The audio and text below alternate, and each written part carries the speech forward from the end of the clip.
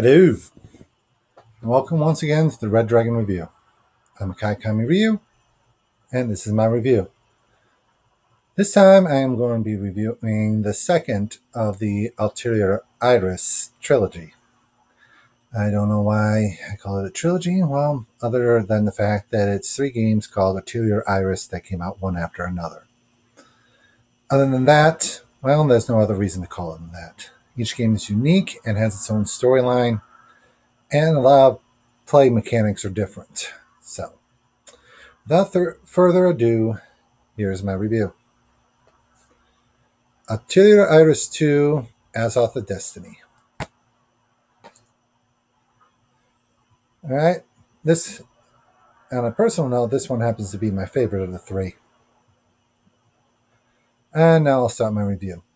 It starts out in this isolated world called Eden, which is kind of like a floating island, or few, with smaller islands that are attached. In Eden, mana, the spirits of the elements, humans, alchemists, and fairies all live together in harmony. No monsters. Of course, you're going to have some conflicts, but no wars or anything. Very peaceful. The story primarily focuses on 2 characters, Felt and Vise. Vise, as the game starts, Vise has just become an alchemist.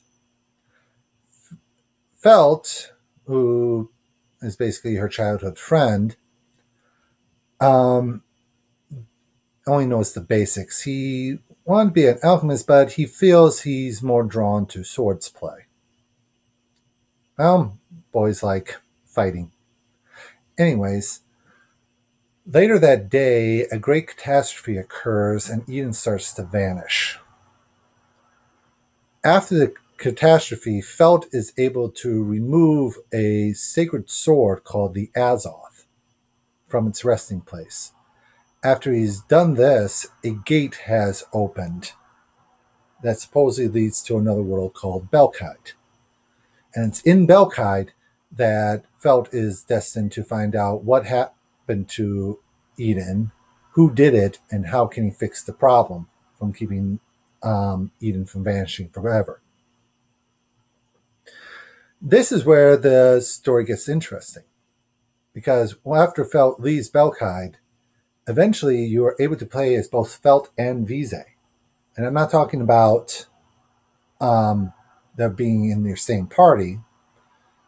At certain points, you have to actually switch between the 2 of them in order to advance the storyline. And at some point, you're actually able to switch between them at almost any point you want, which is real cool.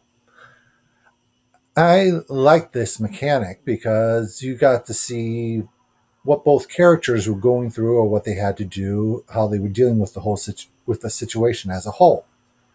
Very interesting. This mechanic was also a key to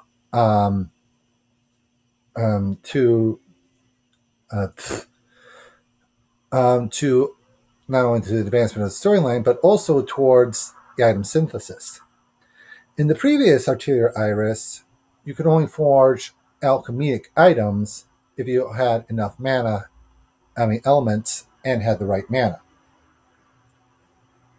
In Atelier Iris 2, you can still do that. However, you also have a recipe that allows you to make the item from raw materials. So if you don't have enough elements, you can use the raw materials to craft the items. If you have enough items, you can create enough of said thing, which is really cool because it's not limited to just alchemic items. You're also able to make types of accessories as well, and armor through alchemy, combination of that. So it expands exactly what you're able to do. Also, unlike in the first game, well, only Klain could use the alchemic items in battle. Any person in your party can use an alchemic item in battle. So again, it is an improvement. Another improvement, also regarding with elements, you still have elemental extraction, so you can still extract rocks, boulders, plants for elements you need. And there's parts that where there are areas where there are what's called crystallized mana, primarily in Eden, which are like condensed versions of just raw elemental energy. It's pretty good. It's pretty cool, so you can stock up real fast.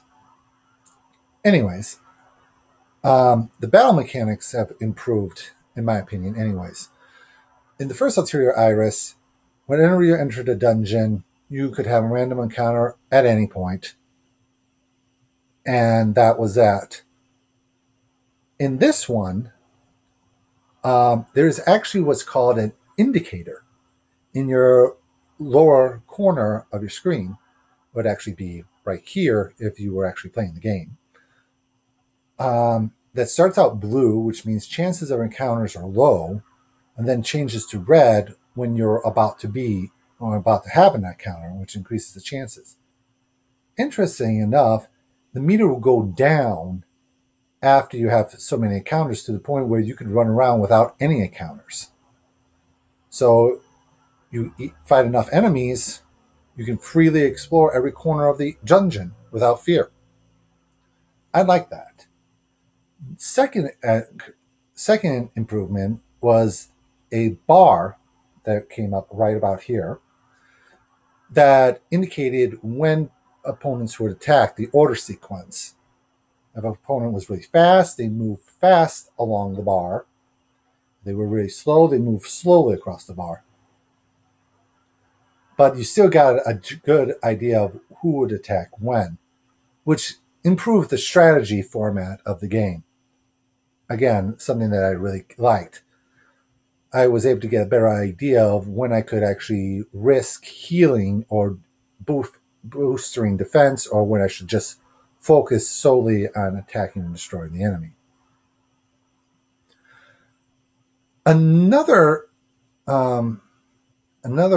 All right, that's a lot of the improvements and things I liked.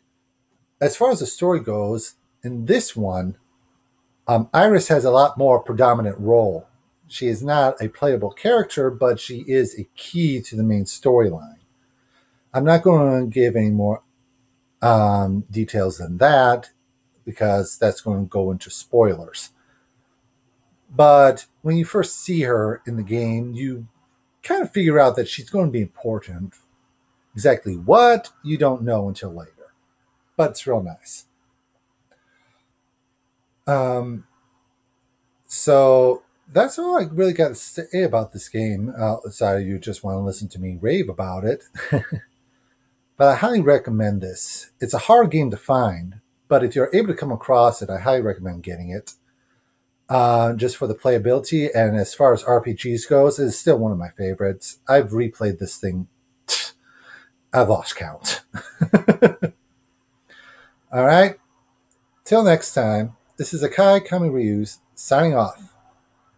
Have a good night.